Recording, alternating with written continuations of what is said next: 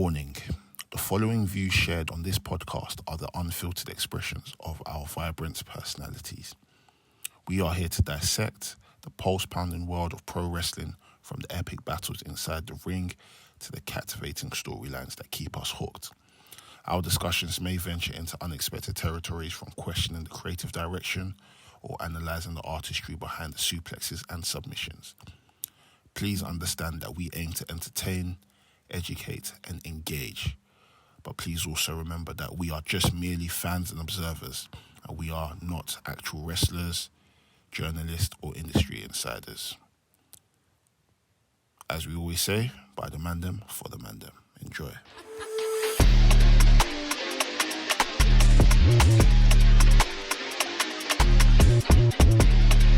Yo guys, what is going on? Episode 194 of the Wrestling Podcast. Make some fucking noise!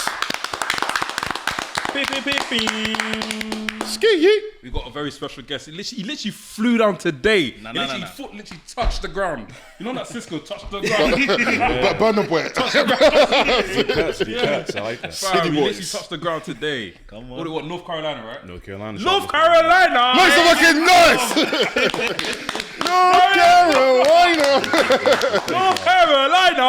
Come on. Darius Lockhart, baby. Make some fucking noise for Darius Lockhart in the building. Yes, sir. Thank you, man. Thank you very much. It's a pleasure having you here, bro. We met 2 years now.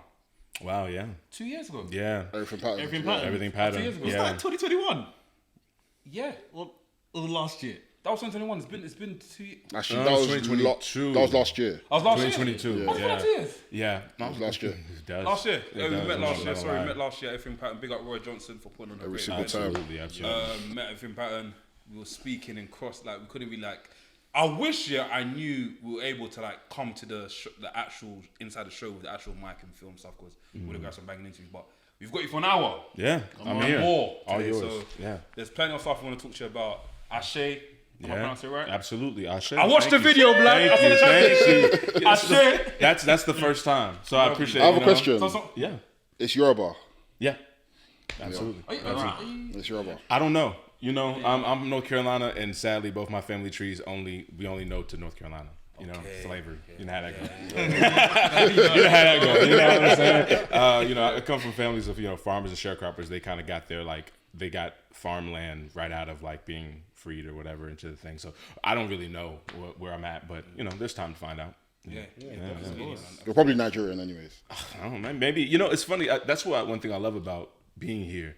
And like interacting with black folks here, because like y'all all know where y'all from, and y'all take pride in that, and that's just so wavy to me. We never used to though. Yeah. I'll tell you why. Primary school, you guys probably can relate to us. A lot of Africans will say no Caribbean. Because it was more cool at the time. There was a time where Not me. if you're African, Yeah. I wasn't born here, you're so not, yeah. You're not my same, you're not the same thing. But No, but I mean, people in my school, they used to. Yeah, I get what you mean, but people yeah, were there. yeah, people were there. Like, Yeah. even like, I used to say I'm quarter Caribbean still. you got what I mean? Yeah, do you know what I mean? So it's like, and at the time, Because Auntie Gladys. Auntie Claudette, by the way, actually. But yeah, Auntie I'm Claudette. glad From my experience, it's the childhood. Like it kind of makes you ignorant. You don't know you're lost as a kid. You know what I'm saying? You don't know.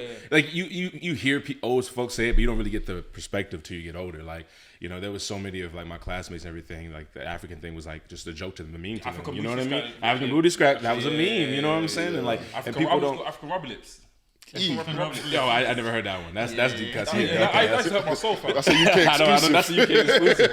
That's a whole new thing. But no, like they used to, people didn't stand, and then eventually, as you get older, and you realize that the TV's lying to you about what Africa is, and they're just showing you the poverty. Yeah, Kofi in Mozambique, he's got a fly in his nose. Yeah, give us £10 to take it out. it's all that. That's so real. That's bro. so real. And then when you stepping into, I guess, we're almost in a new age of enlightenment, like with the age of Aquarius. It's kind of like people some people don't believe in all that stuff like that, but it did seem like there is a perception where all of us kind of together, like, let's do better. Like, black folks are trying to, let's, love ourselves more, because we realize how far off we got. But that's a whole other conversation. Give up for black people, man. Yeah, absolutely. We got to. Black History Month. That's all we got. Quickly, as it is Black History Month, we do have a series called Your Voice, Your Stories. Amen. Do you want to quickly touch on being a black wrestler and why representation is important to you? Yeah. When I was a kid, man, I didn't find wrestling till later, till about like 12 or whatever like that. But I found that everyone that was made to be, you know, likable, relatable, or at least relatable to me, didn't look like me, because every other person on television that looked like me was, you know, a rapper or like a basketball player in the wrestling ring. And it was like, that doesn't make any sense. But like, you're here to wrestle, but everyone else just got to be wrestlers, right? So I remember looking at that and kind of scratching my head, but still being support of loving seeing black wrestlers. And as I got older and got into the wrestling industry, I realized how biased this industry really is. You know, I've had people tell me to my face, you know, we only, like, I came from North Carolina, so Cedric Alexander was like my OG. He's like, he was the guy around there. Right? Like, he's like, if he was to North Carolina, what like Osprey was to British for a little bit at the time. So it was like I remember I being told to my face, someone was like, we usually don't book other black wrestlers. Cedric fills that demographic, but you're different enough, so we think we bring you on. And it was like, damn, it's like that. Like, you know, it's like there's still that rule, Hollywood, everywhere else, of there's only one at a time. You know what I mean? It's almost like, thank you, I think. You know, and as an 18-year-old, 19-year-old hearing that, you're like, well, I do not feel good about you saying that to me. You know what I mean? Like, and it's very backhanded, underhanded thing. And I started to see things differently. Coming up, you know, getting in more locker rooms and realizing how limited the space is for us, or how pigeonholed the spot that they have for you is. You know, they want you to do this X, Y, and Z. Oh, we can sign you, but you know, we want you to put this girl on. We want you to do that to you. And it's like, yeah, it's not me. You know what I'm saying? To the point where, you know, when I became the revolutionary, you know, so many people telling me, don't do it. You're gonna blackball yourself. You'll never get anywhere. You know, and I mean, that's coming from like older white dudes. That's coming from heroes to me, black wrestlers. Like, I'm meeting like people I look up to, and they're telling me, like, I remember one black, I'm not gonna say his name, but one black wrestler pulled me to the side, and he was like, you know who won the Ultimate X or whatever X Cup tournament? And I was like, at the time I was like, Desmond Xavier, just this year, right? He was like, yeah. You know who it should have been? Should have been you, but it won't be you because you keep doing this stuff. That's gonna hold you back. Stop that stuff. And I was like, yo, this is really an epidemic. Like, I can't even like. Because I only started being the revolutionary because I was seeing the issues, and at the time everything was going on. I was going to college. I was a African diaspora studies major, and then also the Trayvon stuff was happening, the Mike Brown stuff was happening, the Black Lives Matter movement was starting. So I really wanted to say something with my work, and then there was something negative that happened to me in pro wrestling when I realized that, like, yo, yeah, they don't give a damn about us. Like, as black wrestlers, they don't really give a damn. Like, we're expendable. And so I became the revolutionary because I was like, yo, everyone's treating my blackness as a negative, as a detriment. I was like, man, F y'all, man, it's my superpower, yo. Like, you know what I'm saying? I'm a stand in this. It's a fucking noise, man. Yeah, thank you. And so I just really wanted to get behind that, and I made the revolutionary. And I felt like representation was important in that aspect because, like I said, there was always so much minimization of what we can bring to the sport and who we are. And it only fits if you put on the costume they want you to. But like, I want to put my own costume on, and I don't really care about everything else. I just want to make sure that, you know, people are represented. They can see someone who's strong and happy to be himself. Like, you know, happy to be himself. Will say he's himself out loud. But also at the end of the day, it's just good at his job, and that's what I try to do. You know what I mean? So that's what it means to me. Big up you for being brave enough to kind of still go through with it, especially after you would have heard, like you said, people you looked up to or other maybe more experienced people telling you otherwise. Like, it could have been easy from that point to just shy away from it, innit? But yeah, man. And I don't want to say like the gimmick or character, like you said, you're portraying something serious, but it's very good. Thank you. I appreciate it's very it. enjoyable to see that as well, kind of done. I guess the only other closest thing we saw was like, you know, Nation of Domination back in those days. But it's different the way you're doing it. Yeah. Right? So like, even the whole nation domination stuff, they were like basically speaking up for the right stuff, but they were deemed as heels. They were heels. Absolutely. So, Absolutely. Like, it's like, yeah. Were you watching it at the time? I wasn't watching live, but you know, when I discovered wrestling, I went back in the archives, like, and found everything I could. I was like this was like maybe 5 or 6 years before the network even was thought of. So I was buying DVDs, tapes, just going through. So I educated myself on those guys. But the funny thing was, the Nation of Domination was not a direct influence on me coming into the revolutionaries, you know, persona. It was just, you know, me wanting to say something in my work. I would give more credit to like music than I would actual wrestling influence my character. I was really locked into D'Angelo. I don't know, people don't know the R&B artist. He made Black Messiah. The next month, Kendrick Lamar dropped The Pimp a Butterfly, and I was like, Best album of all time. you know what I'm saying? But you get me. See, I like you. You know what I'm saying? But I'm sitting there, I'm thinking like, man, the way these guys are putting what I'm learning about data, because like I said, I'm an African diaspora studies minor, so I'm going to college. I'm going to class every day learning about this, and so it's affecting me on almost a cellular level, because every day I'm learning like this is what they're not telling you that you are. You know what I mean? So I'm like, and I'm hearing the music, and I'm like, man, the way that y'all are moving the culture forward with this music, I want to be able to do the same thing for my people with what I have to offer. What I had to offer at the time was professional wrestling. So I just kind of put my spirit into that, but I knew that the essence, the core of all that, even what they're saying, is the sense of love, the sense of self-love. And ultimately, whether you take race out of the revolutionary or not, the sense of self-love is really at the core of the character. And the core of the character is love for others. And so that's why I never, even when I'm heel, it isn't like the lazy work. I could be like, you know, F white people. Da, da, da. That's not what I'm about. You know what I mean? At the end of the day, I'm for people always used to say people don't realize there's a difference between equality and equity. And I'm fighting for equity for everyone. You know what I mean? And there's definitely a power dynamic that is not equal at all when it comes to equity. We need to equal it out. So, you know, that's just it came from me thinking like I have to stand in positivity, kind of. I have to like lead with love, but at the same time, when I'm a bad guy, it's like Killmonger, right? It's like he means well, but he's doing everything wrong. Like he's doing everything wrong to get it, but he'll do anything. Like that's what interests me. Morality with gray. So yeah, I try not to lean into lazy tropes. Go hit intros. Oh my bad. Yeah, I'm so sorry. It's nice, man. It's a full special Nafi, formerly known as VHS Pappy. I think you got to do a promo. You got to do one as well, bro. Oh, I gotta do an intro. Okay, I can do it. Do you want to do it? We'll come back to you. We'll come back to me. Main event. I'll let you. Okay. It's your boy Sam Blacks, Mr. Controversial, Underdone, Viscera Top 5 Dead or Alive, Big Man, Mr. 150 million%, Mr. Hot Takes, Nikki Garcia's baby boy. Immediately, we're here tonight on the podcast. Yes. Let's go. When I say guap, you say daddy. Guap! Daddy! Guap! Daddy! It's the strong star rating, leg drop hating, big back rubbing, Chris Jericho loving, son of a gun, your boy Delboy, aka Swody Lee, aka Swave Wyatt, aka John Strowman, aka the Cargill Maniac, aka Trill Osprey, aka, I'm not gonna lie, God forgive me, aka L.A. Swave! Yeah! To the left of me, we got... What's up, people? My name's Mex. I'm a wrestling fan, wrestling enthusiast, a WrestleManiac, if you will.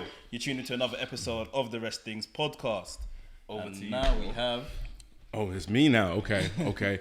You're sitting here with Black Plasma, the Ghost of Jack Johnson, the living embodiment of soul power, the Obsidian Order, the Intergalactic Soul, the Honorable Brother, the Revolutionary ourself, Keep going. Darius Lockhart. Make some fucking noise! All right. We got it. Yeah, Let's go. love it. Let's go. Yes, bro. So let's go way back. Let's get to me. Like, talk to me how you first started off. When you first stepped into that ring. Obviously, you explained you were still in college studying as well. Man. So so if you break it down to me, let me know your coaches as well. Yeah, man. So I grew up North Carolina. North Carolina. 101. And I didn't grow up watching wrestling, but I found it around age 12. Some kid recommended it to me, and I thought I knew what it was. Then I watched it, and it clicked, and I was like, oh, I get pro wrestling now. So by the time I was 13, I was like, I'm going to be a pro wrestler. And made friends. Everyone makes friends when they first come wrestling. We're going to be tag team champions together. That's every single wrestling fan ever. And all them dudes fell off. They don't need to talk to me no more. But no, I kept the energy. And when I got to high school, I was like, let me get ready to do pro wrestling. And I got on the amateur wrestling team and started kind of, trying to do my Kurt Angle thing. About a year in, we had a research project to do for school, and I did it on wrestling. And while doing the research project, I found that there was a pro wrestling school in Charlotte, High Spots, who makes merchandise for everything. All this. They do like rings. the DVDs. And, they do the DVDs. They do wrestling rings. They do everything. But at the time, they had a training school. Yeah. And so I was like, I went to my high school coach and was like, I'm out of here, bro. Like I got to go do this. And so I was 17, training and then going to class the next day, and still in like grade school, pretty much. I graduated, and then I had my first match the day I moved into college or uni for some people. And my first match was actually in the grass. It was not in the wrestling against ring. Cedric, wasn't it? Yeah, against So the joint. You can look it up on in the grass. Yeah, in the grass. So There's no ring. there was no ring. So It's like it's not really ropes, but It's on YouTube. it's Yeah, on YouTube. yeah, Yeah, you it's can on YouTube. It's called Without the Mat. It's my trainer. My trainer got us a gig to wrestle in front of a bunch of summer camp kids. And the ring truck broke down on the way there. So I'm like, oh, we're just going to shake the kids' hands and tell them about stay in school. And he was like, no, you're going to get out there and wrestle. I put 4 sticks in the ground and tied a little rope around it. Y'all can get out there and do it. So, so I got power slammed. Yeah, innovation. Fast forward, I just kind of cut my teeth on the North Carolina Indies. And then just kind of got in some like mess where it was just kind of, I didn't really, I started waking up and realizing they don't have to care about us necessarily. I felt kind of protected, kind of sunk into a weird depression. And I knew one thing I loved about wrestling, what I'd fallen for, was the British thing at the time. I was watching a lot of Progress. So I went to my school. I was in my uni, and they had a student exchange program. So I said, y'all do England? They said, yeah. So I went over to Manchester for 4 months. I was a student at MMU for 4 months. Oh, and I would walk to the next town over and train with Marty Jones, who trained William Regal. Yeah. I did that like 2 or 3 times a week. I met people like Saxon Huxley there. People, what's my boy from the Bruising Brutes? Rich Holland. He was 3 months in when I got there. Oh, yeah, he's a good guy. So that was the cutting of teeth. I got in with the British scene. I kind of started traveling and setting up rings, and then I came back and then show more love. And since then, it's just been kind of just there. So I mean, is that an answer? I'm hitting all the points, right? Yeah, okay. That's crazy. Yeah. So post that, it's just been a little bit. By the time I came back from England, that's when really here is where I became the revolutionary. The first time when I was in uni. And when I came back home, I had the gimmick down. I'd grown my hair out to a fro, and I was ready to go. And so from there, it's just been kind of a climb. Yeah.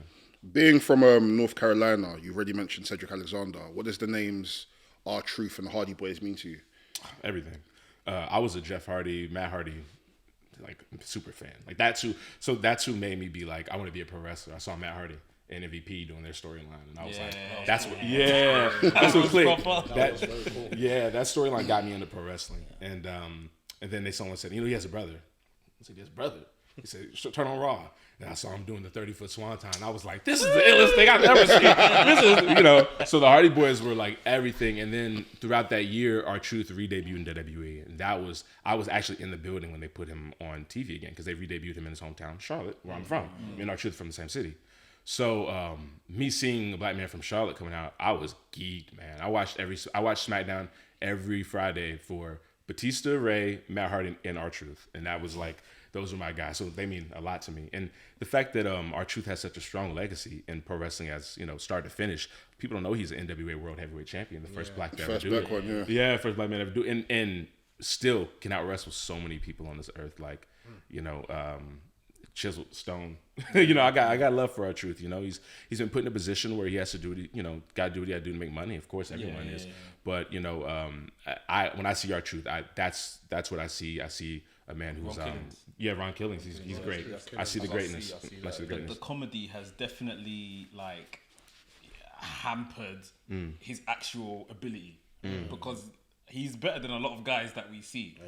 But obviously he's playing a certain role, and like you said, doing what he has to do to get by. So they say once you kind of make that office laugh, once that office finds out you're funny, you kind of screwed up. Now they're just gonna make you do that, and that's the probably same thing with John Cena, isn't it? They found out John Cena could rap. They made it. They made it rap. You want to keep a job? Rap. Someone said this to me about Baron Corbin. The minute they found out that he can be funny in especially around the constable gimmick and stuff that he was doing, they just keep him in there. And then now, it's funny, everyone's seeing Baron Corbin on NXT. They saw their dropkick down. People are losing their minds. Baron Corbin's always been a good wrestler. Yeah. He's been on NXT. With the long Lone Wolf. Lone Wolf was good stuff. It was good stuff. That's what I like to. He's one of them ones. So do you feel, on that topic, do you feel like sometimes when you go into some of these dressing rooms, or you're meeting booking agents or whatever the case is, despite whatever the level may be, you're kind of caged. You don't want to give them everything, just in case they pigeonhole you somewhat? I think you should go into any locker room understanding being conscious of how you want to be presented, But ultimately, we're pro wrestlers. We're there to do a good job. We're there to do a job that someone wants us to do. So you do have to be open to flexibility. I think that is the name of the game. Now in 2023, there's more emphasis ever on individualism and like standing up for yourself and being how you want to be. We used to not be like that. It used to be like, hey, yo, you want this job or not? Go out there and do this. And it's like, I think, I don't know. I don't ever feel that pressure. Mainly because at this stage of my career, if you hire me, you know what you're getting. So it's like, you know what I mean? And I think people, I was talking about this with someone the other day. I think people are too afraid to ask me to do anything else, which is like, it's a little limiting, but at the same time, it's like, I understand, it is what it is, It's not like a good thing that they understand your character and that's like who you are. Or... Yeah and no, because at the same time, they're too afraid to ask me to change it, but at the same time, they're too afraid to touch it. So I just don't get used. Oh, okay. You know what I mean? Which just sucks because it's just like, all you have to do is just make me wrestle like everybody else. Like the promos are up to me. Like, if you don't want to go somewhere, like it is what it is. Like, I don't have to start a protest in the stands, like, but I can I'm here to do a job. I'm here to do pro wrestling, here to entertain people. And I think this is a character that can be entertaining and can mean a lot to people, but people are very afraid to think outside the box, and they see something, and if you don't understand it, if you don't know how to book it, you fear it. Because wrestling has a precedent on how it books black people. Yeah. So like there's only, dang, like you like you're this. I don't know what that looks like on a wrestling show because we've never seen, like when Keith Lee was like speaking like a well-educated man. The whole world had problems. What? And it's like, yeah, I mean, he's big, black but man like speaking well. yeah, like Who would have thought of it? he knows the word pontificate. Deal with it. You know what I mean? Like, What's the other one he loves? Indubitably. Indubitably. I think it's brilliant. When I saw Keith Lee, I saw Smart Hulk, and I was like, it's been like forever since like Ernie Ladd we had a big man, any race, a big man being shown to be brilliant. Yeah. And it's like, but why are we so afraid of like moving outside the box at this point? Wrestling has seen everything and done everything 6 times over. So let's just keep pushing it forward and showing people stuff that isn't a trope. You know what I mean? But people kind of, they ain't ready for it. So, someone else has to take charge. That's me. Yeah, absolutely. Yeah, so obviously we've seen you in various promotions and stuff. We've seen you in NWA. I remember you coming out cutting that promo as well. And you went viral. You went viral, yeah. Legendary Viral. promo. Viral. That was legendary. Thank you. My only issue was, not necessarily with you, I'm not sure what your relationship is with NWA. Why didn't they shoot you straight up to the top? I had the same question. So that was a thing where I cut the promo, it went viral. With all respect to the roster, not much went viral that night of the pay-per-view. I was on the pre-show and I went viral. So I'm thinking, okay, there's lightning in a bottle here. I went viral the first time. That's how I got into this spot. Y'all brought me here. And when they brought me in, it was a conversation of like, oh, you're interested, fly you out, whatever. Nick Aldis hooked it up for, the social media team and Nick Aldis reached out and they were like, let's bring this guy in. I talked to the talent development person and they were very much, they were like, oh, they hadn't even seen the promo. They brought me in and hadn't even seen the promo. They just heard from her. So they were like, oh, well, you're a little undersized for what we like, but we are doing a junior heavyweight tournament. Would you like to do the junior heavyweight tournament? And we'll do a junior heavyweight show. We're making a new show, and they said that we're going to build around, we're looking for people to build around. And we have Kobe Carino, but we think you're another person to build around.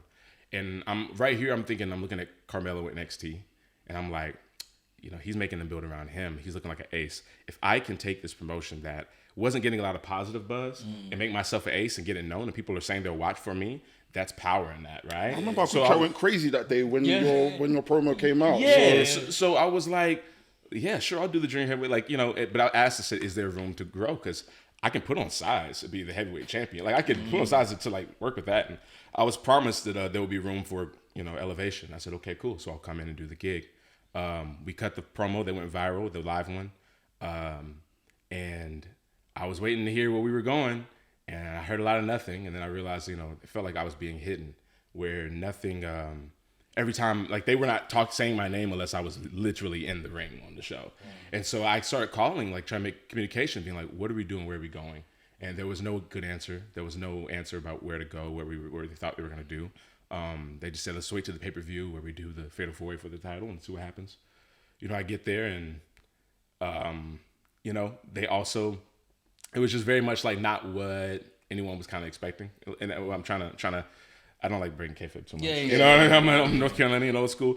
But there was a thing where I heard about a decision and I asked to speak to Billy Corgan, and I had to sit down with Billy Corgan. We talked for about 10 minutes, to give you, I won't go throughout everything, but to give you the highlights, he kind of reneged and kind of said I tried to act like he really didn't know who I was or what I brought to the table.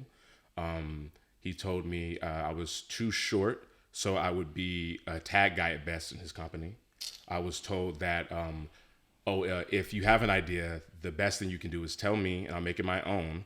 But if it's to do anything with the heavyweight title and Nick out, is no, like it's scoffing a no. And when I was like, well, there's elements we can tell, you know, you can even take, you know, race out of it.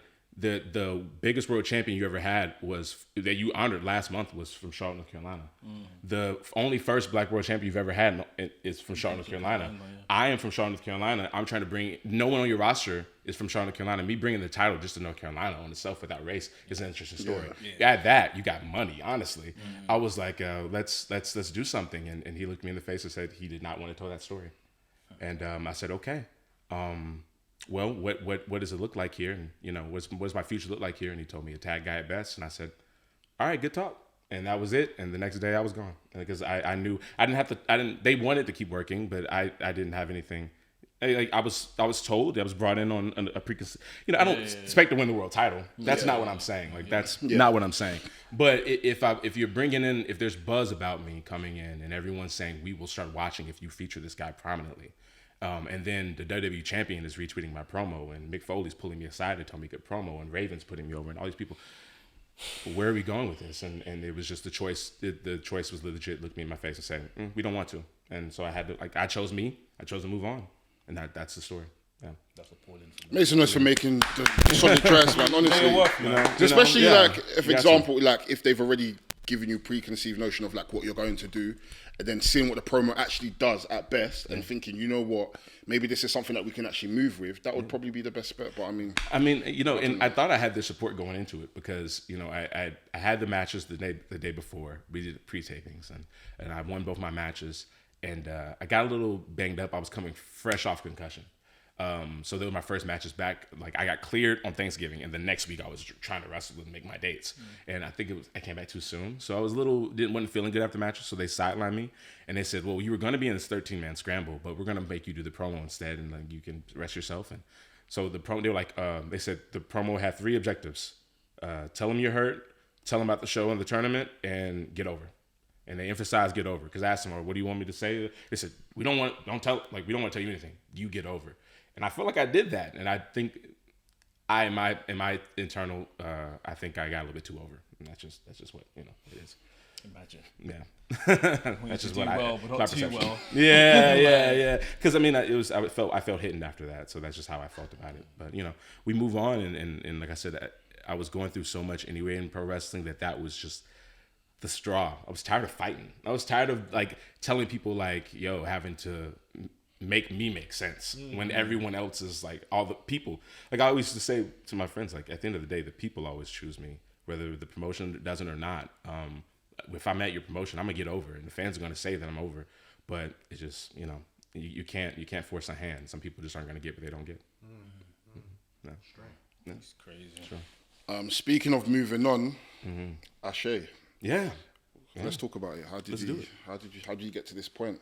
Man. What's the inspiration behind it? The inspiration was actually, I came up with this idea in 2019, but it was going to be a very different product.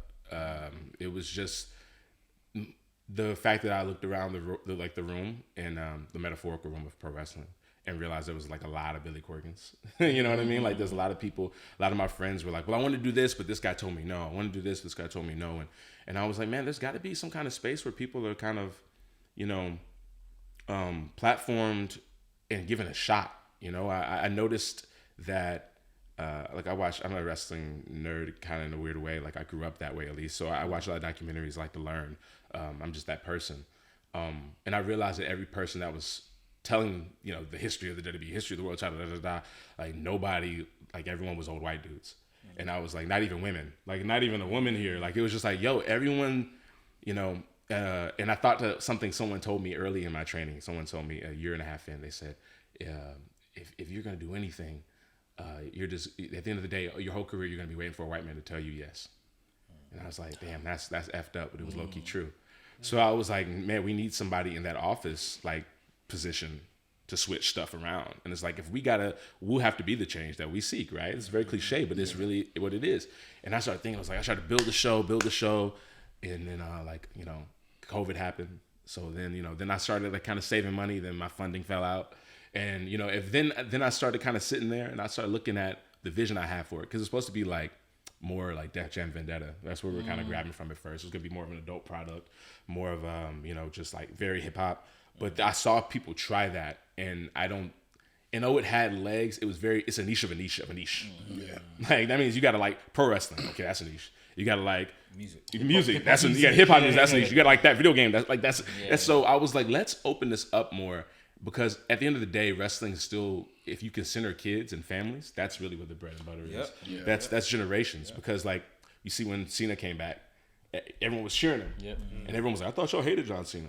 It's like, nah, the kids who loved him grew up. And now you have lifelong fans. That's an investment. So let's invest now so we can have some. So I'm making it more family for everybody. And that's kind of like the organic process. It's been years. But now me stepping away from wrestling allowed me to do a lot of healing, because before I was coming at it from a place of like, you know what, we're going to show the industry. I'm going to prove everybody wrong. And now it's like, I don't got to prove nothing to y'all. It's coming from a place of love. It's coming from a place of energy where I want to interact with wrestling the way I want to interact with wrestling. And I want to build a community and a space that like people just feel empowered and seen, regardless of what they look like, how tall they are, how short they are, how big they are, how skinny they are. And that's what I want to like make Asé. So that's how I came to be. Yeah. Thank you, man. And how did you come up with the name? Obviously, we spotted like it was Yoruba descent, Nigerian descent. So. Yeah, that's a powerful, like, Yoruba's a power. I'm not even Yoruba. But it's a powerful language. Do you know what I mean? Like a lot of Nigerian languages, like a lot of the stuff, like it derives from like it being from God. Yeah. So the fact, like, that's a powerful word. So, like you said, how'd you come up with the name? I came up with the name by just kind of thinking of one word that would encapsulate what we're trying to do. Because at first it was vendetta, like Def Jam Vendetta, but then I was like, I'm getting the chip off my shoulder. Let's get rid of that. I don't want that energy here. I started thinking about like, because I'm very influenced by like, progress, defy. And I'm like, what's something that says everything I need to say about moving it forward, creating something new, putting good energy into the world, and also like that just speaks power to the world, even when you say it. Like, if someone says, "Oh, I know what Asé is," but it doesn't have to be wrestling. You can buy this and rock it and not even be a wrestling fan, and it means something to you. You can be a wrestling fan and be like, "I'm going to Asé," and you're just kind of low key speaking power onto your life and don't even realize it. It's putting medicine in the candy. So every time you talk about the company, you're kind of bringing goodwill and good energy into you. And I was like, if we can be aligned with that power, like, let's do it. I don't remember what. I think I was just playing with words, and I don't know if I saw it somewhere or what, or if I just Googled like words like that mean this and that came up. Or I wish I could remember, but I don't. But I remember when it hit me, I said it to myself like 10 times over before I said it to anybody else. I spent like a day or two and being like, I think Asé is what I want to call this thing, and reached out to my boys and had the logo change, and that was it. So is this like you done in wrestling now and moving into a new scene? We got to see December 1st, man. I don't like to spoil everything. I'm gonna address everything December 1st about where I'm going and what's next. But right now, I think that me coming back and my return being putting the power into my people's hands is not only a statement, but also kind of it just means more to me than like me coming back and being self-indulgent and just being like a vanity project to get myself the belt or something. You know what I mean? Like I kind of wanted to be like, what am I about for real? All right, let's move forward in that. So there'll be a time and place. I definitely always wanted to come back to wrestling. I in terms of being in the ring again, it was just a matter of like needing the time. I was post NWA. I was gonna be gone like 2 months tops, and people are gonna get mad at this because they're gonna be mad at me. But I had my last match at the For the Culture show at GCW April 1st. and I was not going to wrestle again until June. I was going to do a rematch with Lee Moriarty at Enjoy, and I was when it got to May, I was like, not feeling good at all. Like I just did not feel like doing any of that. And not saying working with Lee's amazing, but it was just like I'm not ready for that. I'm not ready for that match. I'm not ready for that space. And then 2 months turned into a year and a half, but I got what I needed. And that's really, whatever. But in terms of in the ring, we'll get to it eventually at some point. I just can't say when. Tell us some of the hardest parts about putting together a show or a promotion. Man, paperwork. Licensing. As in legislation and stuff. Yeah, like, getting the company official. Because, like, really half the battle is, like, it's like showing up to the gym, like, doing it, right? Looking at all the paper you got to fill out and actually make yourself do it. Because there's so many days I opened up that computer and was like, not today, bro. I was not going to do this today. So all these intimidating things, you got to make sure it's right. Copyrights, all that stuff, that's annoying. Really, when it comes to the wrestling and like curating the show and picking who's on it and what kind of matches, that's the fun part. That has been the easiest part. Like I had that figured out 3-4 years ago, bro. That was like afterthought. The paperwork is the hardest. And now that I'm out in public with it, talking again, the hardest part is saying no to people and letting people know like I only got so much space because everyone's wants to be a part of it. And that's a beautiful blessing to have, I think, everyone. But it's just a little exhausting. You're having to be like, bro, like yes, but not yet. Because most people like they're talking to me about it. It's a yes, but not yet, rather than a no. You know what I mean? Yeah. So, And how important do you think it is for us to have our own shows, for it to strictly be for us? Not to say that other people can't come and watch, but to strictly have black wrestlers being the main talent on the show. How important is it? Well, the funny thing is, like, I mean, I know we've talked about a lot about race in this context, but people don't realize that I've never said the word black out loud in terms of this show. Yeah. And if you look at anything I've talked about this show, black has never come up in the word, in the marketing or anything. This has kind of been a giant Rorschach test. Yeah. And just picking up and seeing what do you see?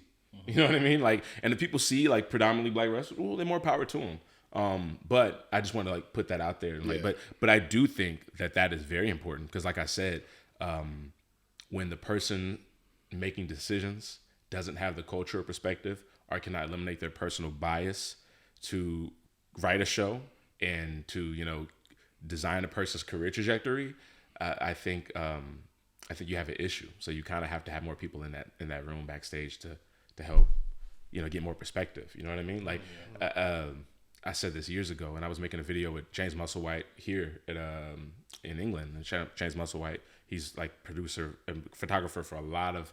If you've seen anything in England in the past 10 years, James Musselwhite has had an arm's reach from it, something like that. Like in terms of him or Beyond Gorilla, like they're the two. Was it Y2J Jimbo? Yep. That's him. Yeah, he's good people. So I was filming him, and I was like, man, you look at any sport, ask who's the best. Like there is a black person in the arm's like reach of it, if not the best. Like boxer, golf, tennis, football, other football. Like it's like we're everywhere. You know what I mean? But somehow we only have like 2-3 world champions in pro wrestling. Like, and that's the one that gets written. Sus. You know what I mean? Like that's the one you can control the outcome, and we don't win nothing. Yeah. Sus. So that's why I was like, you kind of got to have someone who can remove their cultural bias in terms of writing and curating these shows, because otherwise nothing will move forward. And you started to set a precedent that it's hard to buck, and it becomes the culture of wrestling. Like whether it's there or anywhere. My boy Chris, when he was a kid, he said he didn't think he could grow up and be a wrestler because he saw the black wrestlers weren't good. They were losing all the time. So he said, we must not be good at wrestling. No, I can't be a wrestler. Dead ass. Like, that sounds crazy. As a logic, as a child, it makes sense. It makes sense as a kid's logic because he never saw anyone look like him win. So that jollof rice we're eating, man. He was like, well, we never win nothing, bro. And so he didn't think he could do it. But that's the power and our truth has to be our truth, but John Cena gets to be John Cena, and they're the same gimmick. Yeah. Let's think about that. You know what I mean? Yeah. No shade. I love Cena. Love R-Truth. No, it is what it is. Yeah. So obviously you announced the first match as well. Yeah, man. When I saw this, I was like, whoa, that is big. Yeah, Trish Adora versus Aja Kong. Aja Kong. That is big, fam. Also, Aja Kong. My first introduction to Aja Kong was in WWF. A little stint there, and she was beating people up. Beating people up. She wake up and do that. There you go. That's big, man. Trisha Dore as well. She's a former Pan African champion before Serge. Should D. man. But yeah, like even getting Aja Kong on there, that's a big statement in itself because obviously she works in Japan and stuff. How did you go about getting that, and what was your thought? What was your thought process getting to the show? My thought process was, I want the main event to feature, like just something different. I want to redesign what we think a main event looks like and really like stick like to the guns and move shit forward. And then I also thought about like what I have a something for everybody on the show, right? For the casual fan, for the hip hop fan, for this, for that. So I was like, what can I give for the wrestling hardcore fan? What kind of main event can I just lay it down and be like, yo, for the wrestling, is this for y'all? Like for real.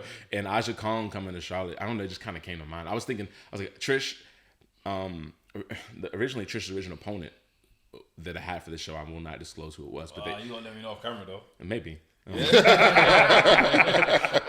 She was injured. She was not able to do it.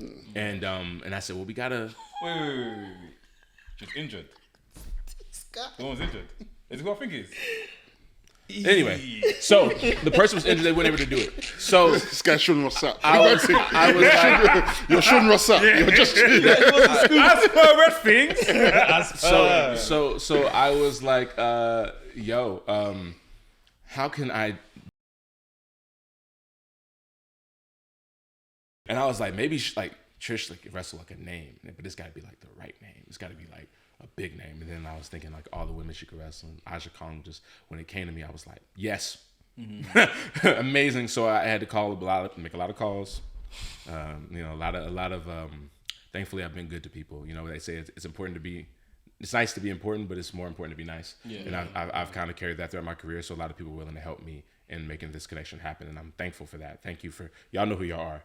Thank you very much for helping me pull this together. So getting Aja was like a dream, and the fact that I can make it happen, like the fact that I thought of it and then I can make it happen, I was like, oh my God. Ashe. Yeah, Ashe. And look how the power works, right? Like, so Ashe to that. Yeah. When I saw it, I thought, and I don't know if you had considered this, but I thought it was such a smart move because obviously Trish is doing stuff in the dojos in Japan. Yeah. So I thought even by the time she's like graduated, so to speak, from there, like she now has on her CV, on her resume, that she's fought Aja Kong. You see like, it. You see it. Legit. Ashe. Legit, the main event does like 6 different things. And I don't have to go into all the things that it does, but like that's one of them. And it's like it helps a resume. It creates a moment. Aja Kong being a like I said, I'm careful not to like market this as just the black show because You're on the black show, so you can't. You know, I mean, a little bit. A little bit. You gotta give and take. But Underneath the table. But I'm not. But people people box you in when they do that, and they don't pay attention. They try to whatever. Yeah. And this is bigger. This is big in so many, and that's one of the minor reasons it's big. But it's big, like one of the many reasons it's big, I should say. But it's big because of that. But this Grady Cole Center that we have, it's an old NWA kind of territory area. Like Ric Flair is made of it there, Dusty, Steamboat, all that stuff like that. And Aja Kong, people don't realize that she's half Japanese, half black. This is the first time 2 black women are main eventing this venue. And I was like, cool. That's sick to me. And I was like, when I saw that, I was like, yeah, there's nothing. How can we not do that? Ashe. I love that, man. Thank you, man. Any more you can give us to expect? Because we got Luke. Yeah. Luke's Lute's performing. So if you're a fan of Dreamville, you know Lute. If you listen to the Creed 3 soundtrack, if you listen to the Dreamville album, if you listen to Lute's album, Lute's everywhere right now, and popping up places you never expect him. I'm blessed because he's on tour right now, but when he's touring everywhere but his hometown of Charlotte. So when he's in Charlotte, it's a homecoming at the end of his tour coming with us. So that was a big get too. Once again, the power of Ashe. I'm really excited about his performance. That's a whole new set of fans coming in, bro. That's a whole new set of fans coming in, man. And people who kind of forgot they love wrestling. Yeah. You know what I mean? Like they because I know some people okay. I did a music video with Tia Corinne a few years ago. I don't know if y'all know her, but she has that Freaky T song, really dope. And she had a bunch of her fans come to be extras, and the way they showed up and like just fell in love like with wrestling. Like, oh my God, I used to love this. Like someone came in Rey Mysterio mask. Someone like even Tia we taught her a wrestling move, and then as soon as she did it, she just went to the camera and did that. And I was like, so like these people move on with their lives, but wrestling is always going to be over, bro. Like every sitcom ever has a pro wrestling episode. Yeah. Shrek has a pro wrestling scene. Yeah. Like it's not that wrestling is whack. It's just that some of the things we've kind of done in the vehicle is whack. But like wrestling is always over. So yeah, that it's going to get people back in and be like, yo, Luke brought me to the show, but I like Trish Adora. Luke brought me to the show, but I like John Gresham. I like Darius Carter. If anything I can give you, I'll let you know that we are live streaming. So if you live here in London, if you live everywhere, we're trying to work out something with them. I don't want to like say any names for anything that's going through, but as soon as I know where it is, you will know. Like everyone will know. But we are live streaming, so please just stay tuned and I'll let you know where we can watch it at. That's some big news. I think that I can confirm it, as well as another match. When does it drop? This Friday. So it's up to you if you want to give an exclusive. No pressure. No pressure in it. As per maybe off cam. No, because I'm gonna start really announcing matches like next week for real. Yeah. Like it's gonna start coming out. So I don't. Give us some before the graphic here. Bang. Bam. Graphic. Okay. If you're watching this, Jonathan Gresham will be wrestling Darius Carter. If you're familiar with Darius Carter work, it's gonna be amazing coming out party for that man. That man is like. He's one of the best kept secrets in pro wrestling right now. And I feel like if you haven't seen his work, how is a joke? I'll paint a picture.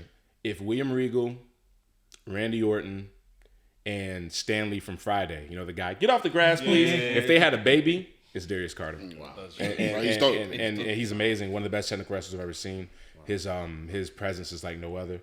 A bit of a jerk, but hey, you're running those in wrestling, right? So.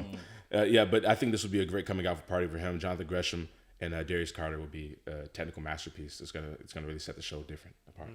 That's sick, man. Thank you, man. I got a quick question for you.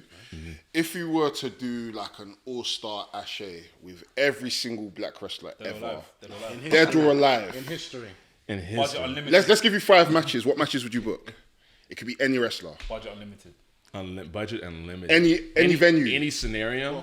Actually, you have to do it in Lagos. I can't lie. You have to do it in Nigeria. You have to do it in Nigeria. Actually, no, the lights will turn off. No, do it in North Carolina.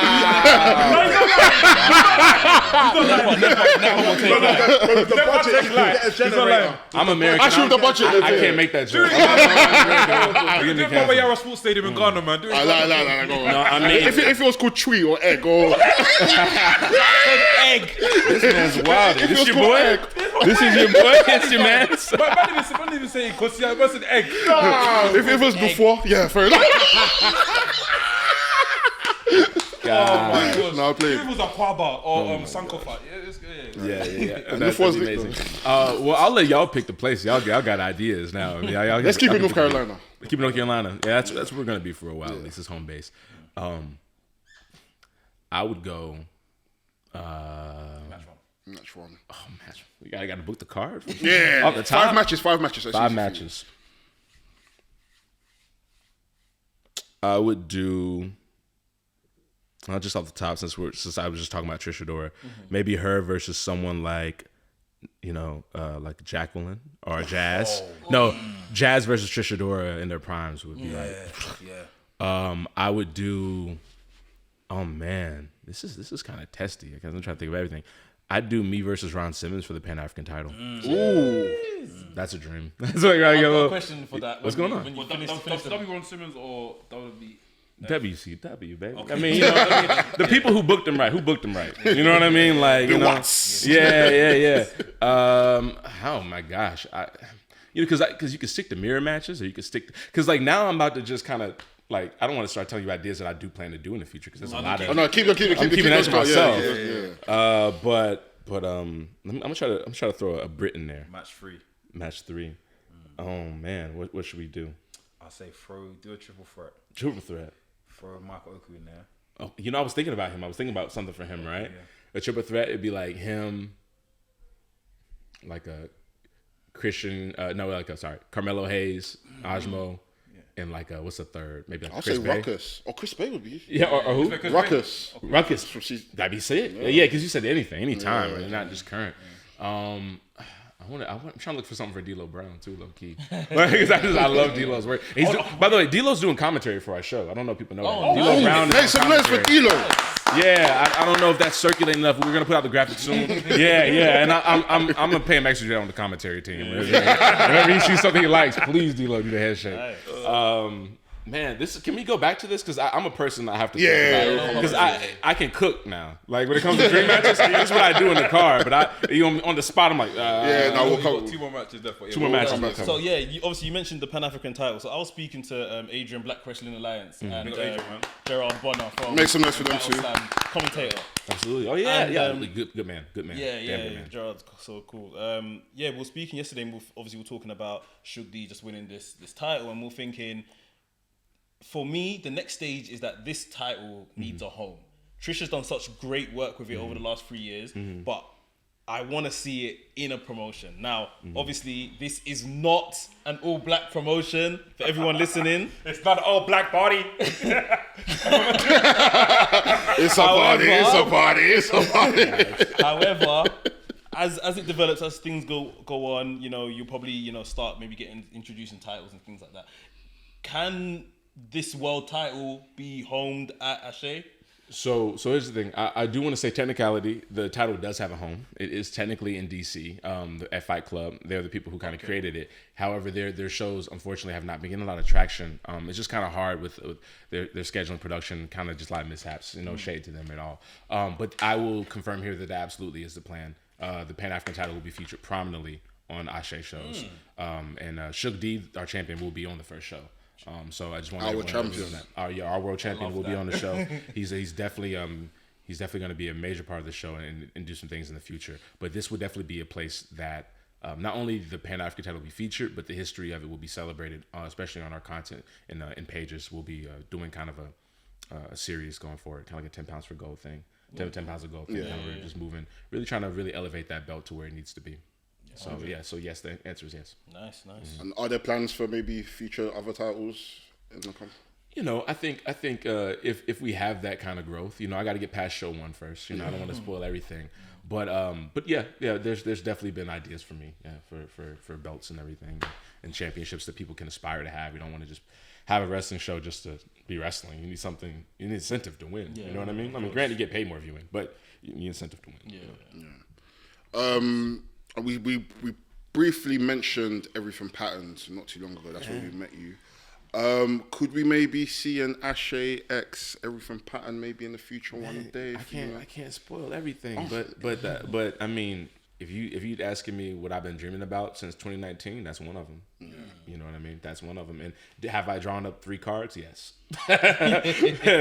So it can, we'll see if that gets to happen, how soon that can happen. But I would love to do that.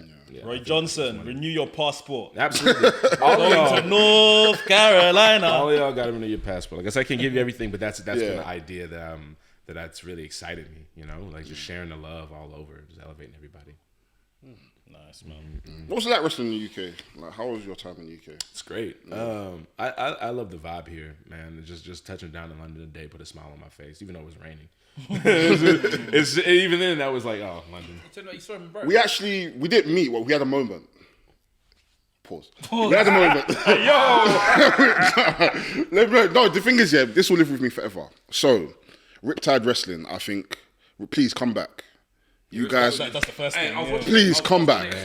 Bro, they had Walter versus flipping Boston Reed. I saw y'all retweet that. They've done a lot of things years ago that people didn't peep. You know what I mean? They were ahead of their time. When I went to their show, for me, that was the best wrestling show I'd ever been to at that point. And I'd been to WBE's, the Progress, Rev Pros. I'd already seen you wrestle like online at PWX, but it was my first time seeing you live. And I'd gone to the event by myself because all my other friends flaked on me.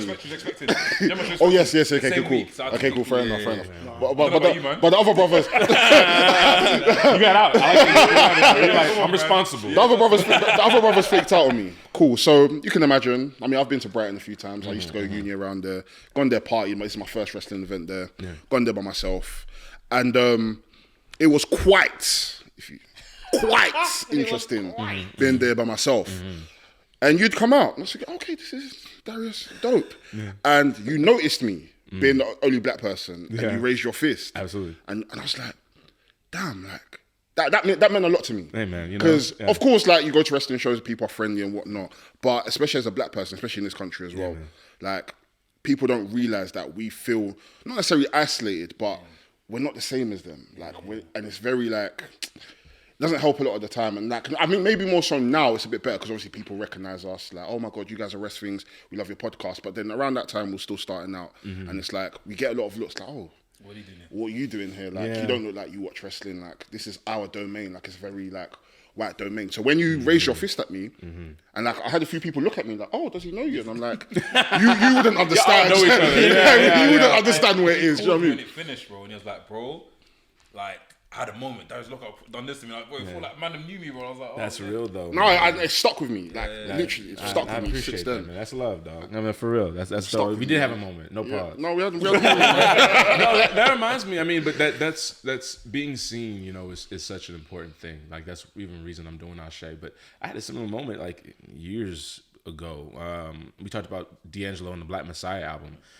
He only did like 3 dates to tour that album, and I went to one of them in New York City. I was front row, and he was playing the song that changed my life called "The Charade." And you know, I don't know if people are familiar with it, but it's a beautiful song if you have the time to look it up. But he does this guitar solo in the middle of it, and right before he hits the guitar solo, he looked me dead in the eye and went like, Oh, and killed that shit. And I was like, and so I was like, yo, and I met him afterwards, and that was like super cool to me. But sometimes it's just that moment, like, you know what I'm saying, that connecting and just being like brother to brother, like I see you, you see me. You know what that means. You know the fist. And like you said, that it is a space where people aren't used to the cultures overlining. But that's what I love about this, what y'all have curated, man. Like just black British dudes just sitting talking wrestling. Like people don't think they were gonna see that. And like and to seeing y'all be yourselves gassing up Jericho, set up for Jericho. I was like, I love this energy. Like, you know what I mean? I've never, you know, I don't know. It's just cool. That's why I love spaces like this, like Jobber Tears. Like podcasts like that, just because, man, our voices have been kind of, I don't want to say minimized, but even just not even acknowledged. The fact that we are wrestling enjoyers, and we have so much to offer the sport, and there's so much that we love about the sport, and it just feels disingenuous to count us out of our fandom. So I'm glad I could do that for you. Thank you, brother. Thank you for telling me that. No, I had to. Like, that was literally on my way here. I was thinking, I need to let this guy know. Like, that moment meant a lot to me. I've met so many different wrestlers. I've been to so many different shows, but that moment stood out to me so much because it was like, of course, like you know, you've got a job to do. You need to do what you need to do. Like, you're not necessarily. And I've seen other black wrestlers come out, and I know them. At this point, I've met them. But they're like, you know, they're in character. So for me, I don't want to disturb the journey. But for you, like, I'm just like, and then the white people are like, you know him? I'm like, bro, you don't understand. Like, you don't get it. You won't get it. Like, he understands where I'm coming from. So, do you know what I mean? So, I know how it feels to be the only one. Yeah, usually it's like that in the locker room. And usually I'm with my friends, but they flaked out on me. Yeah. But, hey, man. I got you, man. I appreciate I it. didn't. Speaking of Jobber Tears, we came down to the States, Los Angeles, this year for Mania. I think you said you performed at the GCW show, right? That was in Dallas, 2020. That was for the culture. Yeah, I did not wrestle this year. I was, yeah, man. Sorry, because 2023 is this year, and this year was it was in LA. Yeah, It does. I mean, I thought 2022. if I now bring up certain things, we'll know that we were LA this year. this year's 2023. Do you know it happened early in the year that I thought that this is like... This feels like 2024 right now, right? That feels like a year ago. Months ago, bro. If I now say a crazy somebody down. I'm not gonna get mad at him. I have the same thing sometimes. So. Sorry, man. And we met, like, it was just surreal going there and seeing the black... We went to like a black media was it Scrum? Yeah, my black media And we meet told up, them, yeah. it was like we've seen everyone and anyone. And I thought like... For me, I was like, "Oh, this is where we need to be. I want to relocate here." Yeah. I feel like everyone in the States felt like they were together. And in the UK, there's like you can count with your fingers, bro. Like there's like Us. 3 of us. Yeah, like 3, yeah. 3 main black British wrestling podcasts. If I'm, it's like Kick Out podcast. Wrestling's too much fun. And sorry, Mex as well. That's 4. I mean, he's part of us, man. I mean, yeah. Mex podcast is the thing as well. he's And that's 4 podcasts. And we're going over to the States and we're seeing a journalist. We're seeing a wrestler, Big Swole. We're seeing this wrestler here. We're seeing this journalist here. This journalist here. People don't just have like Bro, it's their own wrestling podcast. They're some of them are like embedded in some of the biggest journalistic outlets. It felt in like wrestling Hollywood. already. It felt like Hollywood for black people. One day I'm like it's mad because normally I go into space and imposter syndrome will hit me, but it never hit me because like I feel like I belong here. Yeah. Like, as in, like, we walked in there and they knew who we were. And it's weird, like... They were taking selfies, I was like... Like, the camaraderie, like, with, like, black wrestling journalists and wrestlers, it's amazing. And for us to, like, go to LA and people recognise, like, oh, you're the London boys. And it's like, oh, shit, you guys know who we are. Yeah, man, like, we love your shit. And it's like, damn, like, this is, like... Everything that we're doing isn't in vain. Because sometimes, not that it feels like that, but it's... You wonder. Yeah, sometimes you wonder, especially because wrestling isn't a massive thing here, and we're only now building a community of black fans. So it just seems like the reach that we have is to a certain degree of like the black fans that we have. But when you actually go stateside, it's like, oh, so we actually are reaching. Why don't you guys subscribe then? Yeah. Become a member. Absolutely. Even meeting you at Everything Batten, and you already knew who you were. Yeah. So by the looks, he looks it's like, oh, I know you guys. Yeah. That's even something in itself because like, the fuck? Like, man. Like even like go back to even Osprey. Even meeting Shook D, like, Shook D, yeah, bro, Shook D, you know, I chopped it up with him. It was dope. You know what I mean? We was at the Osprey and Oku match, and I remember the match started off. Osprey was beating up Oku, and he got Oku in headlock, and he was looking at us for 5 minutes. Like, dead eye, yeah. Looking at us for 5 minutes, I was like, just like that. I was like, shit, this guy knows us. Yeah. He went home. 2 days later, he followed us, and I was like, It's because he knew, obviously, Oku had been on the pod of that week, innit? Yeah. And obviously said what he was going to say, what he's going to do to Osprey. And then Osprey's like, I've got your boy, sort of thing. Like, I look straight at us. Yeah, it's crazy, man. It's That's crazy, good man. stuff. It's crazy, the influence, man. But, yeah, bro, if you ever do Asé here, please let us know, man. We'll definitely want to come. Because we have another, there's a show that we kind of host called Hustle Colour Factory. It's kind of like the same vibe, but it's crazy because it's like non-wrestling fans. Yeah, it's mainly non-wrestling fans, like just casual fans. But you know, I like having the energy in the room because you don't have to answer to the tropes or the expectations of like that wrestling echo chamber, right? Yeah. Like you don't like work rate culture is so played out, bro. It's been like it's been beat over the head, and now everyone knows what it looks like, and everyone knows what you're gonna do before you do vindicated. it. I mean, I was actually having this conversation with Jimmy yesterday. I mean, I think we as a culture have to like. I'm gonna sound like a broken record, but we as a culture has to move into making it about what we do, not what we do. You feel what I'm saying? Like when it gets down to like, I remember someone, the old head, told me, he was like, the pops are in the bumps now.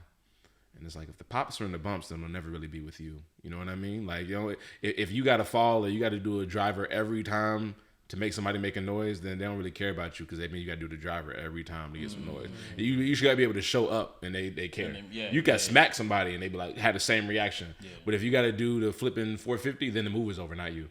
So it's just kind of like, Prince Nana. You know what I mean? Yeah. All he has to do is this every night, and he's over. He can now make money for the next 40 years of his life. Conventions, doing this. It's true. If he wants to, because that's what that Hurricane does it. All he does is shows up and does this. He told me a story. For real. The Hurricane's amazing. But he is. Where's he deep it? No, let me tell you. Let me tell you a story. Presses L1 to smack that shit him up. Did you guys see? Apparently, so quick side note: Hurricane booked the Shinsuke Nakamura and Ricochet match, of course, that happened on Raw. Sick match that happened this past week. And as they were brawling everywhere they went, obviously they went past Shane Helms, innit? And you could hear Ricochet on mic going, "Get out the way, Shane! There's a Ricochet coming through." He told me and a group of guys in the locker room years ago of like a story with him and Loki of where Loki was wrestling before him and had a Loki match, like 20 minutes, killed it. Because, you know, Loki be going crazy. Yeah, amazing stuff. Only one of one, right? And then he got to the back, and then Hurricane went out there and got out in the ring and said, "What's up with that?" And everyone went, "Ah! Hurricane!" And he went to the back, and Loki was like, "Yo, you got it so easy. You know, like, all you got to do is that." And Hurricane was like, "Yeah, you kind of did that to yourself. Because, like, when you build that expectation, now every time you don't do that, people are gonna think that they got cheated out their money. You know what I'm saying? Like, there's a lot of people who are gonna have to be doing 5-star Meltzer shit for the rest of their life because like that's what the audience have fed them. Unless they pivot slowly and create a different expectation. But like once you like create a connection to where they don't really care about what you're doing, but just what like you're doing. Then it changes the game. You know what I mean? I forgot how we even got on that. My bad. That's true. If Loki doesn't have a 25-minute match, I can't lie. I want my money back. Yeah, or knock someone out in like 30 seconds. You have to do your tone and everything. Yeah. He's still there. Sure? Those final 2 matches. Oh, the final 2 matches. Yeah, final 2 matches. Come on, man. Come on, bro. You're on board, bro. Look for Blacks in memory. All right, son. Right. What would I do? I already booked Trish and Jazz. I booked me and Ron. I booked what's some tag teams? Give me some tag teams, y'all. Like what's some Harlem Heat. Yeah. New Day. Street Profits. STP. I mean, STP before. Cool. I mean, Harlem Heat, New Day would go off. But also, Shelton Benjamin and Elix Skipper would go off. Oh, yeah. You know what I mean? Yeah, Shelton Benjamin and Elix Skipper would go like in a cage match. Yeah, like in a cage match. Crazy, right? Just walking at the top of the road. Yeah. Like, at the top of, Elix Skipper and Shelton Benjamin should have happened. Unbelievable. I'm thinking, who else? Who's doing Shane it? Strickland. I would love to see Shane Strickland. You can some million of those, right? It was like Shane and Ajma will go off. Yeah. Strickland and Ajma will go off. Yeah. I would love to see Prime Monty Brown versus Keith Lee. Ooh. That would go off. Outside. That would go off. Period. Who's pouncing who? You know what I'm saying? The whole ring just implodes. The whole thing. They got to redo the Brock Big Show thing. Yeah. That would be so ill. That would be so ill. Don't want the ring cut. Asé. Yeah. We can't afford the ring to break, brother. We're just starting out. Let's get the show on, bro. But I hope those are 2 good ones. Like, yeah. And for the performance, who would you have perform? Kendrick. Yeah, why not? Why not? Like, but we got to be something high energy. For you, or I'm sorry. Exactly. It's okay. This is Ashe. This is not Not a biddy bombiddy. I'll bet it. I'll name a bunch. I mean, I would love to see because we're not just gonna stick like that's the thing. We're not gonna stick to hip hop performances. We're gonna really backdoor a lot of interesting artists that have something to say that sound a little different than you're expecting. So I mean, if I can get anybody, budget unlimited. Let me get Prince or Mike or something like that. You know what I mean? Like give me. Something crazy. You know what I mean? Baby, are you ashamed? Baby, are you ashamed? Are you ashamed, baby? Yes, brilliant. Yeah. You'll do the Mysterio pop-up. You just stand there. Shit. That'll be lit. This is what you really break the internet. You just have him and The Rock stand back to back. Can you smell? You've been hit by. Yeah, oh my God. No one's ready for that energy in the room. That's too much energy in the room, yo. Him and Mark and Mike back to back at the top of the stage. people will stampede. Did you see when the event. You see when Rock came back at Colorado, he stood at the top of the entrance for like 5 minutes, bro, before he even got to the ring. That's power. But that's also clear understanding of what I was just talking about. Yeah. He can stand there and get that reaction. He didn't have to do it. He didn't even have to do spine buster yet. He got to it. But but the eyebrow gets a, when your eyebrow gets a pop, bro, you're doing it right. Yeah. You're doing it right. You know what I mean? That's just it. But LA Knight, this guy was. I think he's forever. He's gone. LA Knight. He's worked to this point. Who's LA Knight? LA Knight, Oh, yeah. He's doing his thing. We all know Cena. It's just He's doing his thing. Hurricane. Yeah, you gotta get a thing. Yeah. That's all it is. Yeah, absolutely. That's sick. So remind us of the date as well. December 1st, Asé Wrestling at the Grady Cole Center. We will be live streaming. We'll let you guys know where that when that's coming out, where we're going to be live streaming at. But December 1st, Grady Cole Center this year. And if you want to, am I doing the plug sound? No, plug away, bro. Okay, yeah. I mean, put the trailer before this. Video, okay. I mean, the podcast as well. But please, if you want to buy a ticket, we'd love to pack the place out. AséWrestling.com. If you want to find our social medias, you can also find those at AséWrestling.com. But almost every social media we have that, it's like popping. It's at Asé Wrestling.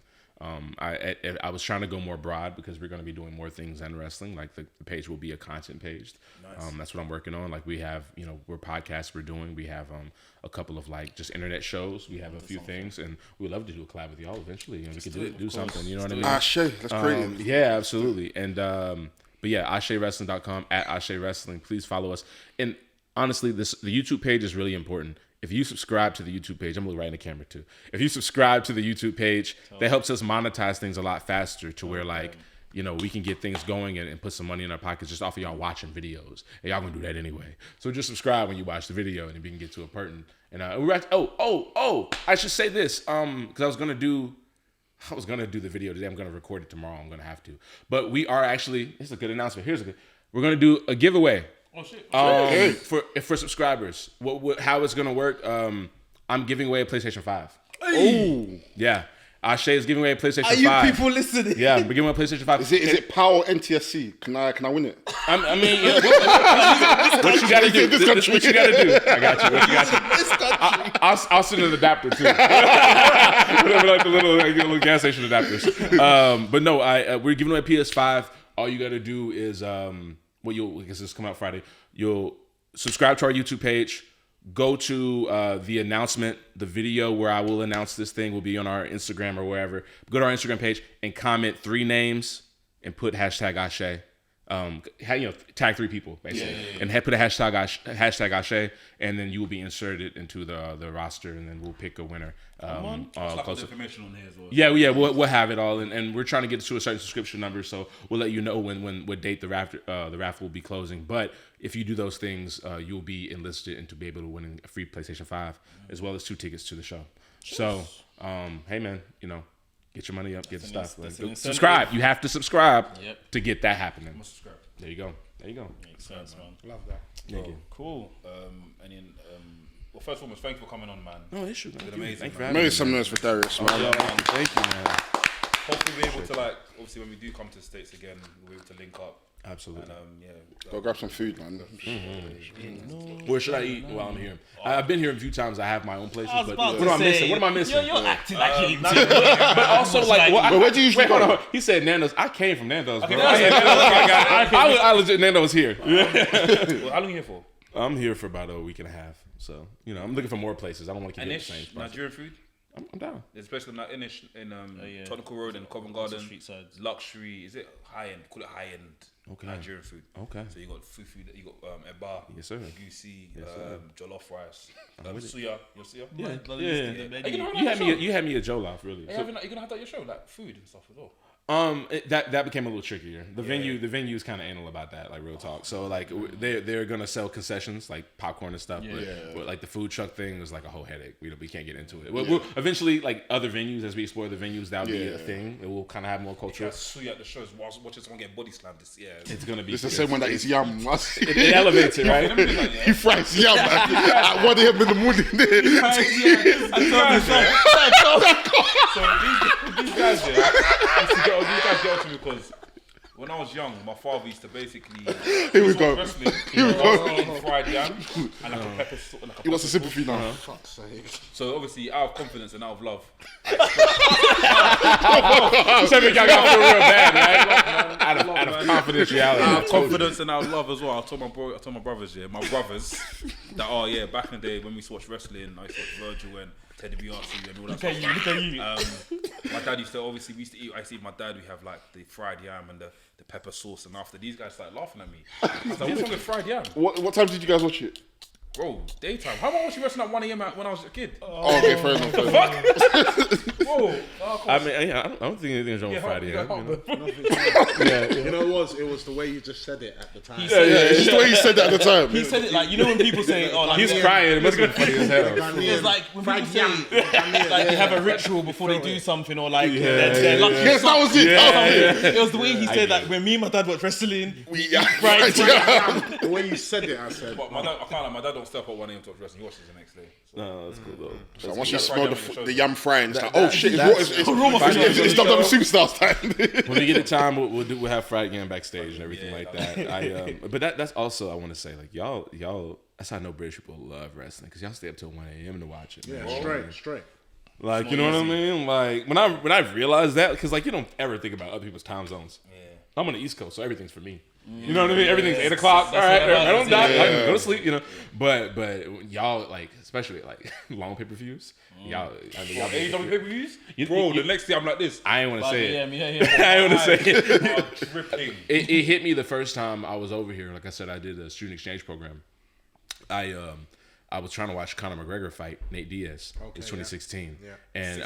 And bro, here's the thing. I met this girl and we had been kicking it, and she was like, "Oh, what are you doing tonight?" And I was like, "Oh, I'm watching." This is in Manchester, so this girl lives here, whatever. I'm like, "Oh, I'm watching a UFC pay-per-view at the Uni Hall." She's like, "Oh, I can come with you." Like, you know, I was like, "Yeah, sure." And I'm thinking, no, it'll be over by 1 because it always comes on at 10. Man, my 19. Yeah, man, that thing didn't come on until like 4 a.m. Yeah, 4 a.m. And homegirl dipped it like 2. She was. I was like, just wait, it's gonna be. No, she dipped it like 2, and then Conor McGregor got chopped. He got choked out, and so I was like, hey, I was a waste of the night, man. I was tired, bro. I could have looked at that in the morning, but yeah. So y'all love it. Y'all love it. It was weird having Money in the Bank here, and it started at the coverage started at 4 o'clock. 5 o'clock, and we're just sitting there like, yo, this is the shit. Even with the LA and after Raw was on, and like.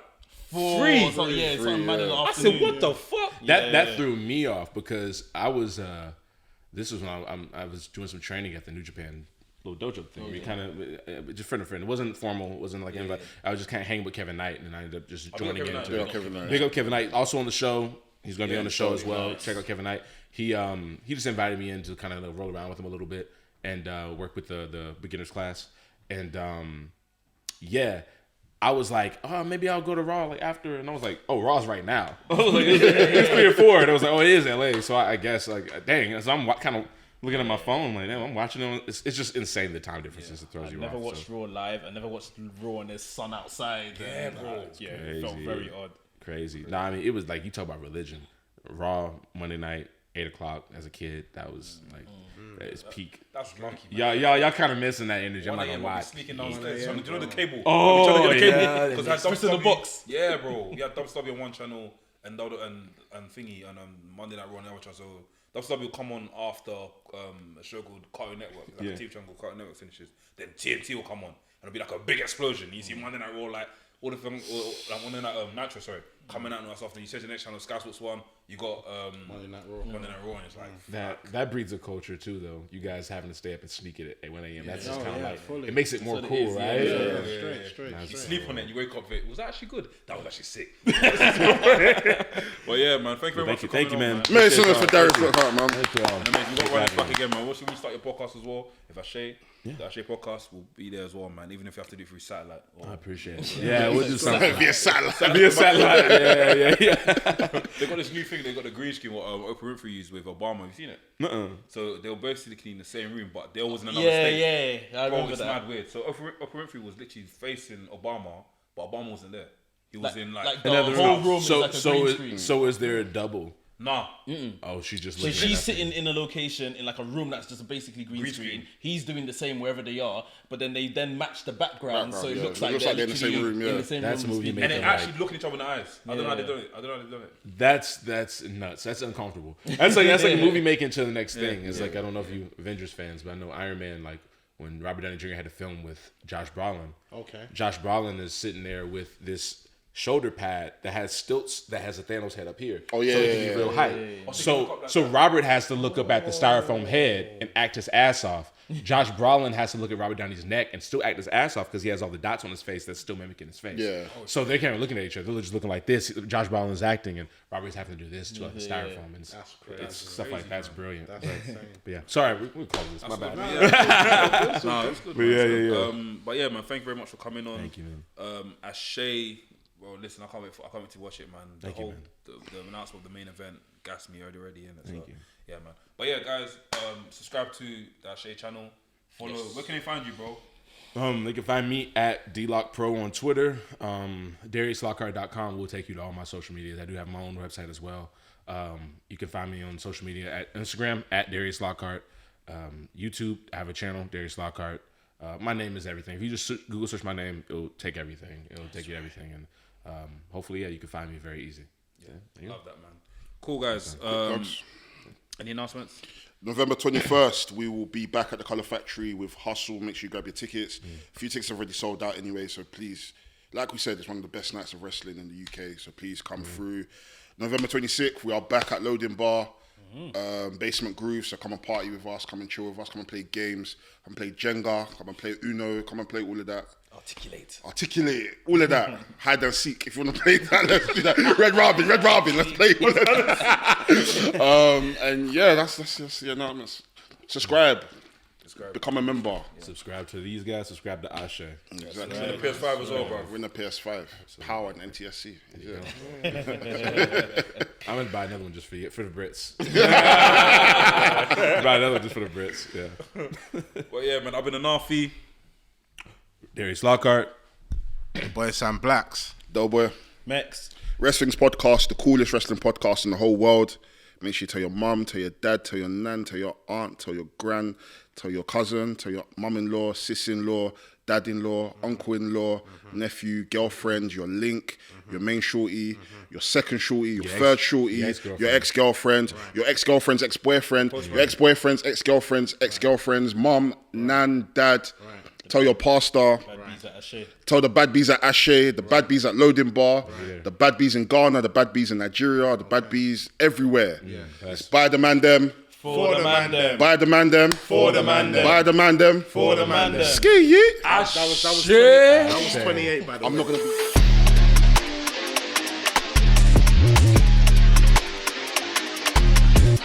be.